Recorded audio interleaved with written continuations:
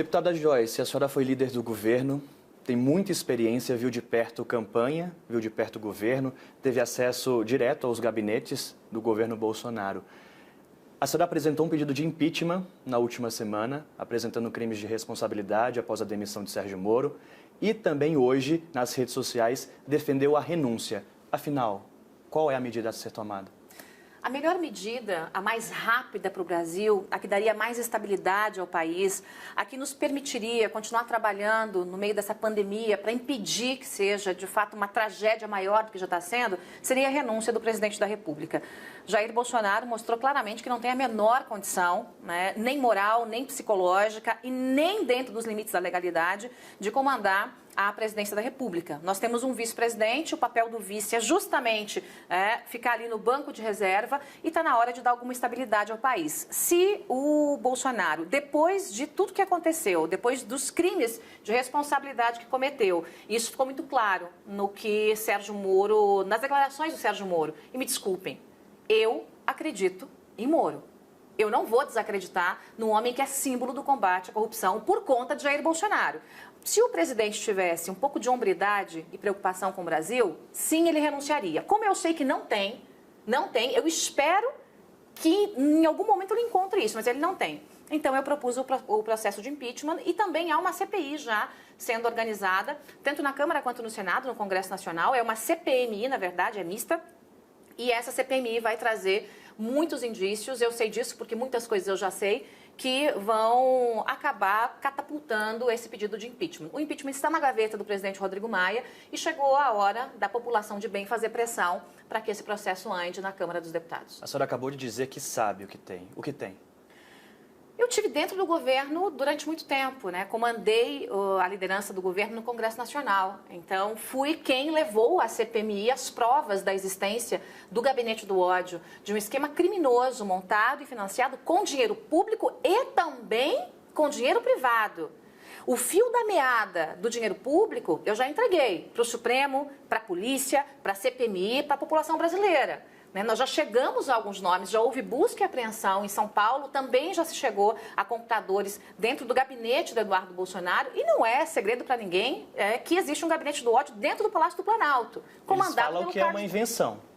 Você vai mostrar prints que mostram que não é invenção. Eu entrei dentro do gabinete do ódio, eu consegui uma senha desse grupo. Quando começaram a me atacar exatamente aos moldes que fizeram com o Sérgio Moro, vejam, eu liderava o governo todo, viajava o Brasil inteiro. No momento em que eu disse não ao presidente da República e ao filho do presidente, porque queriam fazer mais uma ação imoral, e eu disse não participo de imoralidade, não vou participar de rompimento de palavra, não vou participar da traição ao partido que te abrigou, porque era isso que ele queria, tomar o partido praticamente de assalto para ele. No momento em que eu disse não participo disso, eu passei de a representante do Bolsonaro a mulher chamada de pepa, porca, traíra, tudo que você pode imaginar. Quando eu vi aquilo, e eu sou jornalista investigativa, falei, opa, então não é lenda urbana, esse gabinete do ódio, que até eu duvidava. Falei, gente, isso não existe, é lenda urbana. Quando eu vivi na pele, eu falei, não é lenda urbana não. E eu comecei a investigar. E para qualquer um que se debruce um pouquinho em cima do assunto, não é difícil chegar ao fio da meada. E comprovei a existência desse gabinete do ódio. Estão fazendo hoje com Sérgio Moro, dentro do gabinete do ódio, exatamente o que fizeram comigo. E assim farão com qualquer um que ouse discordar de um dos filhos do presidente, seja o filho que claramente tem problemas psiquiátricos, seja o filho que é o mais perigoso, que é o Eduardo Bolsonaro, ou que gosta de dinheiro, que é o Flávio Bolsonaro, que está envolvido até as tampas em processos de rachadinha, e a gente sabe que isso vai acabar na cadeia. Nas redes sociais, o que tem repercutido bastante pós-demissão de Moro é que a senhora estaria por trás, estaria conversando com o Sérgio Moro, calculando esse pedido de demissão dele, tendo em vista um projeto político de 2022, que inclusive a senhora defendeu nas redes sociais que ele se candidate à presidência em 2022. O que tem de verdade nisso? Nada de verdade nisso. Todo mundo sabe que eu tenho uma admiração profunda pelo Sérgio Moro, desde a época da Lava Jato. Escrevi uma biografia do juiz Sérgio Moro, então juiz Sérgio Moro. tenho um respeito profundo pelo Moro e pela família do Moro, né? Assim como ele também tem respeito profundo por mim e por outros que compõem esse momento do poder no país. Agora, isso é uma invenção, uma maluquice. Chegaram a resgatar uma foto de 2019 em que eu levei o Sérgio Moro para tomar um café com o Rodrigo Maia a pedido do presidente da República. O filho do presidente postou essa foto como se fosse uma foto agora recente. Nós precisávamos fazer o pacote anticrime andar na Câmara dos Deputados, havia muita resistência da oposição. O presidente da Câmara, ele tem que ouvir oposição, situação, muito pelo contrário, ele ouve todo mundo. E claro que quando há uma pressão de um lado, ele retroage um pouquinho. O que eu fiz naquele momento? A pedido do presidente, coloquei o Rodrigo Maia e o Sérgio Moro para conversar com as armas baixadas, com os punhos baixados, para que a gente pudesse encontrar um caminho para esse pacote anticrime, e encontramos. Não andou como eu gostaria? Não, mas andou. Né? Andou. Então, aquilo, e depois daquilo, eu saí do café da manhã, o presidente me ligou. Falou, Joyce, vem almoçar comigo. Eu almocei com o presidente naquele dia, para passar o relatório da conversa. E hoje, de maneira sórdida, absolutamente sórdida, vem um dos filhos do presidente, que comanda esse gabinete do ódio, colocar uma narrativa como se houvesse uma conspiração. Isso não existe. O Moro tentou de todas as formas, engoliu todos os sapos possíveis e imagináveis. Qualquer pessoa que tem um mínimo de inteligência vai no Google, e pega a trajetória de fritura, de tentativa de fritura que foi feita com o então ministro. Ele só não foi demitido porque a popularidade dele permaneceu maior que a do presidente da República. Porque eles tentaram denegrir o Moro de todo jeito, mas não conseguiram. Porque o Moro tem um passado e um presente ilibados. Então não há como pegar, absolutamente não tem o que fazer. Por que ele demorou a denunciar todas essas tentativas do presidente, segundo ele, de ter interferência política na Polícia Federal? Justamente porque ele estava conseguindo impedir. O Moro ali dentro, fica muito claro para todos que ouviram o pronunciamento dele, ele era a barreira que impedia a interferência direta dentro da Polícia Federal e o cometimento do crime de responsabilidade. Mas a tentativa já não configuraria um crime que ele deveria denunciar? Ele tentou muito segurar isso e fazer pelo Brasil. Toda vez que o presidente insinuava e o Moro conseguia manter a Polícia Federal intacta, conseguia manter o Ministério da Justiça intactos, ele fazia um bem para o Brasil. O Moro tentou, se todo mundo desembarcasse do governo na primeira lambança que o presidente fizesse, hoje o governo seria formado só de Jair Bolsonaro, Carlos Bolsonaro, Eduardo Bolsonaro e Flávio Bolsonaro. Todos nós tentamos. Eu também tentei meses. Foram meses. Eu não saí da liderança do dia para a noite. Eu sabia que eu tinha que entregar a reforma da Previdência. Era uma missão. Entreguei a minha missão. O Moro tinha a sua missão ali dentro. Mas ele não poderia compactuar com nenhum tipo de crime cometido pelo presidente e por isso chegou o momento dele deixar o ministério. Deputada, como funciona, resumidamente, o gabinete do ódio? Quanto custa? Os valores iniciais, você tem que somar o que os funcionários, os servidores públicos recebem para fazer esse tipo de ataque. Veja, quando eu falo do gabinete do ódio, as pessoas se concentram muito naquele gabinete que está ali do lado do presidente da República, que tem um secretário especial, que tem mais Palácio do Planalto. 3, 4 moleques ali o tempo todo, xingando pessoas, produzindo dossiês falsos. É muito mais do que isso. No Palácio do Planalto. No Palácio do Planalto. É no Palácio do Planalto. Essa é a célula principal, a comandada pelo Carlos. Ele colocou seu pessoal lá dentro. Mas há ramificações dentro do Congresso Nacional, como a própria polícia já mostrou, depois da denúncia que eu fiz, ramificações que chegam nos gabinetes dos deputados. E não é só do Eduardo Bolsonaro. Outros tantos deputados dito bolsonaristas estão envolvidos nisso. E isso se ramifica para as assembleias legislativas. Tem no Rio de Janeiro, em São Paulo, teve operação em São Paulo. Em São Paulo é uma coisa absurda o número de pessoas de movimentos ditos de direita, que não são de direita, mas usam esse apelido como movimentos de direita, que estão hoje pendurados em gabinetes, ganhando dinheiro público para atacar pessoas. Teve uma operação recente no Ceará. Essa operação do Ceará é que a gente está mais focado em coisas nacionais, e a operação acabou ficando restrita à imprensa local. Mas foi uma operação avassaladora. Teve a operação no Rio Grande do Sul. Então, se você somar esses gabinetes no Brasil inteiro, isso vai dar um valor assim acachapante e a gente precisa chegar nesse valor. Esse é um trabalho da polícia. Esse é um trabalho que a Polícia Federal está fazendo. Essa investigação bate na porta dos filhos do presidente da República e por isso o desespero em comandar a Polícia Federal, em criar uma espécie de gestapo do presidente da República com a Polícia Federal. A Polícia Federal não vai se dobrar a isso. Os delegados, a própria DPF já disse, nós não vamos nos dobrar a isso.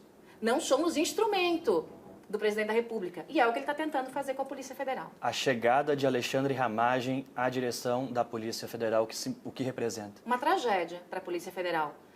Quem é Ramagem? Ramagem é o amiguinho próximo, baladeiro do próprio Carlos Bolsonaro. Eles são amigos, parceiros de festas, de balada, tanto que, à época, no início do governo, se tentou criar uma BIM paralela. Uma BIM paralela, isso eu levei na CPI da fake news, e depois que eu levei na CPI da fake news, que eu tive coragem de abrir essa informação, o Gustavo Bebiano foi no programa de televisão e contou que sim, tudo era verdade sim, que houve essa tentativa da criação dessa BIM paralela para grampear ilegalmente pessoas, fazer dossiês falsos para perseguir. E o Carlos queria emplacar o Ramagem como o comandante dessa BIM paralela. Essa BIM foi barrada, tanto pelo Gustavo Bebiano, quanto pelo Santos Cruz à época. E aí começou o ódio ao Santos Cruz. O Santos Cruz é um homem muito sério. Ele falou, não, isso é crime, não pode. E impediu isso. E o próprio general Heleno sabia disso à época. Tá? O próprio general Heleno sabia disso à época. Depois disso, ganhou a própria BIM para chamar de sua. Comandou a BIM. E agora vai ganhar a Polícia Federal para chamar de sua? Quem é Ramagem? Ramagem nada mais é que Carlos Bolsonaro dentro da Polícia Federal.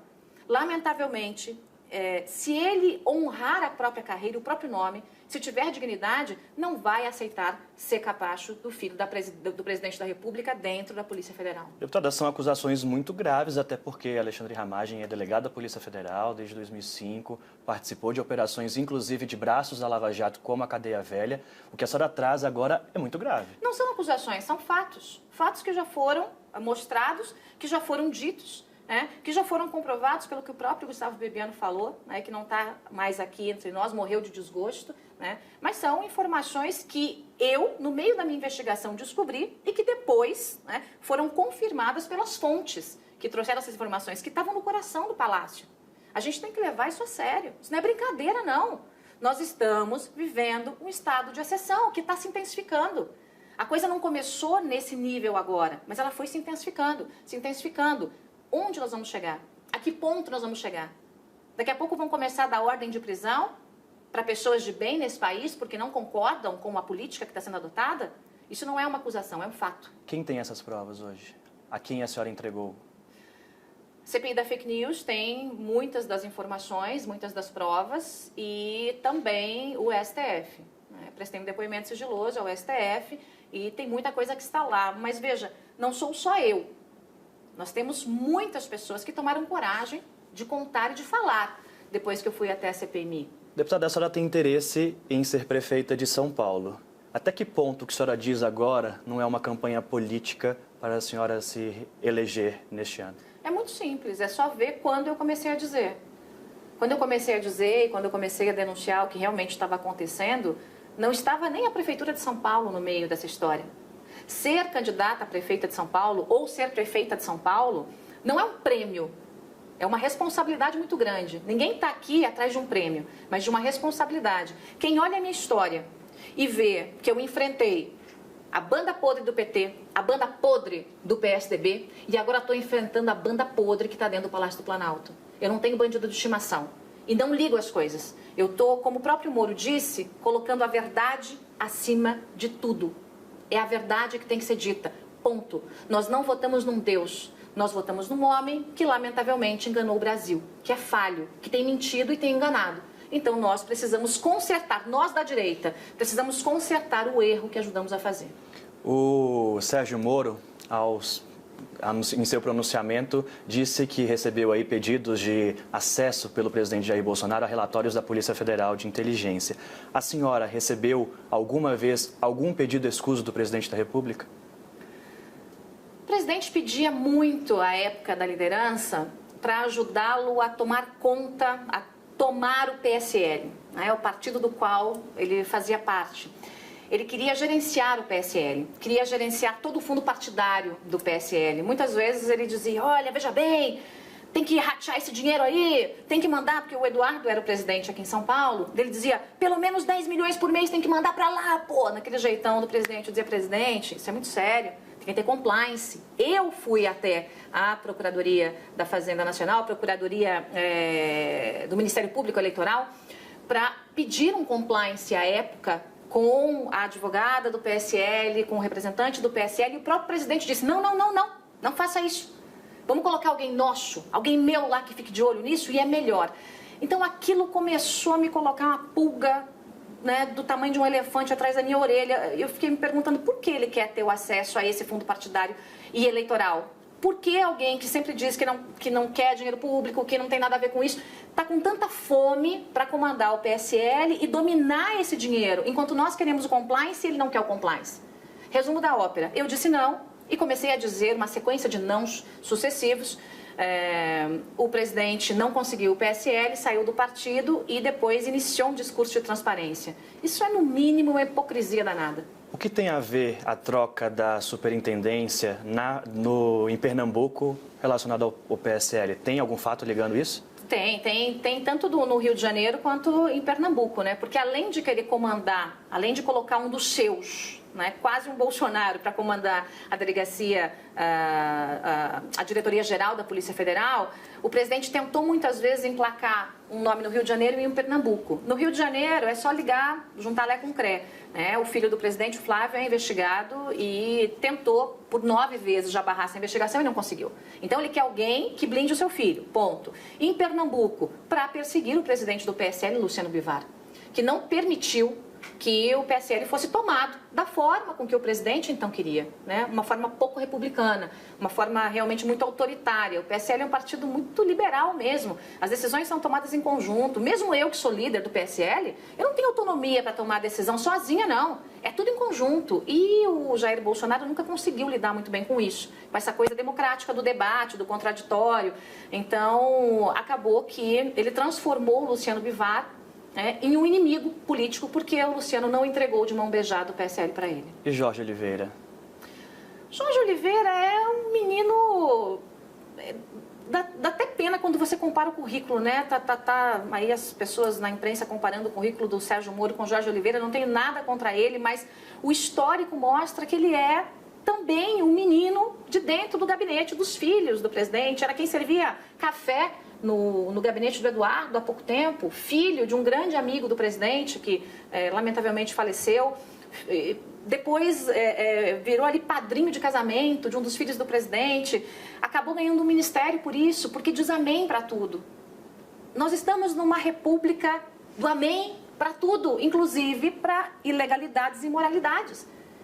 Isso é fora, assim, é um chavismo travestido de direita, é isso que nós estamos vivendo, um chavismo travestido de direita. Então a gente vai ter, se nomeado mesmo o Jorge, né, o Ministério da Justiça, o DG e o presidente da República sendo um só.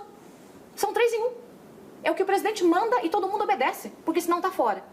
Então, não é o tipo de democracia que eu acredito. Eu acredito numa democracia madura de verdade, em que a gente possa ter gente de verdade, decente, honesta, comandando as pastas, como o presidente prometeu na sua campanha. Deputada, o deputado Eduardo Bolsonaro tuitou recentemente dizendo que a senhora intermediou negócios escusos no Rio de Janeiro com o governador Wilson Witzel, referente a contratos da empresa do seu marido, que é médico. Inclusive um contrato no valor de 5 milhões de reais, cerca disso. Não, mais. 5 milhões e 700 mil. Nessa faixa. Quase 1 milhão por mês. A criatividade é boa dessa gente bandida. O que tem de verdade nisso? Nada. A senhora fez alguma... Mentira, e eu estou levando todos à justiça e estou levando o senhor Eduardo Bolsonaro ao Supremo. Ele vai ter que parir esse contrato. Ele vai ter que parir esse contrato. É canalha, mentiroso, e eu estou levando à justiça porque não vou admitir esse tipo de... é mentira mesmo, de malandragem envolvendo meu nome e da minha família. Eles estão fazendo a mesma coisa agora com o Moro, atacando a esposa dele. O que eles tentam fazer? Como eles não conseguem nos machucar, eles tentam ir no lado mais fraco. Qual é o lado mais fraco? É a família. Então, inventaram essa história, eu até brinquei numa live que eu fiz, falei, gente, eu sou muito poderosa, né? Porque eu estou mandando no governador do Rio de Janeiro, sou eleita por São Paulo, olha quanto poder. Isso é uma loucura, qualquer pessoa... Veja, por que o governador do Rio de Janeiro, eventualmente... cederia, né, a qualquer pedido meu? Eu não sou mais líder do governo, eu não abro mais porta no governo, né? Desde que eu saí do governo, sou vista como persona não grata. O que eu poderia trazer em troca para o governador? Isso é pelo menos uma burrice acachapante, o Eduardo vai pagar por isso. E as pessoas que inventaram isso, porque eu levantei, obviamente, né? Um deles foi preso por formação de quadrilha, é só gente boa. Um foi preso por formação de quadrilha, o outro está envolvido em briga, né, que teve facada, né, pit boy do Rio, e o outro é casado com uma funcionária que está encostada no Ministério da Damares. Então está também ali no meio da patota, né? Eu vou levar todos à justiça e vou comprovar a verdade. E eles dão, inclusive, quietinhos, eu quero ver. Eu estou esperando a cópia do contrato. Mas aqui em São Paulo há uma investigação do Ministério Público também referente a outra empresa do seu marido, também que está sendo investigada por ter sido terceirizada e supostamente não ter prestado serviços. Não é por ter sido terceirizada nem por não ter prestado serviço. Foi feita uma denúncia por uma vereadora do PT e eu imediatamente protocolei um documento pedindo celeridade nas denúncias no Ministério Público, porque é uma denúncia política de uma vereadora do PT. Meu marido é um dos médicos mais conceituados do Brasil, trabalha no Brasil inteiro e trabalha na França também. Ele não está proibido de trabalhar porque trabalha, porque é meu marido, porque está junto comigo, né? Agora eu fico pensando, há uma máfia da morte em registro, que é o interior de São Paulo, que não tinha nenhum tipo de atendimento até ele chegar. Ele chegou, montou uma equipe brilhante que oferece hoje tratamento padrão Einstein e Sírio, num dos lugares mais pobres de São Paulo. E a máfia da morte, que dominava aquilo ali, começou a protocolar uma série de denúncias. Cabe ao Ministério Público, por óbvio, abrir. Qualquer um que chega lá e fala assim, meu amigo, tem um problema aqui, o Ministério Público abre a denúncia e comprova se é verdade ou se não é verdade. E comprovará que é mais uma mentira.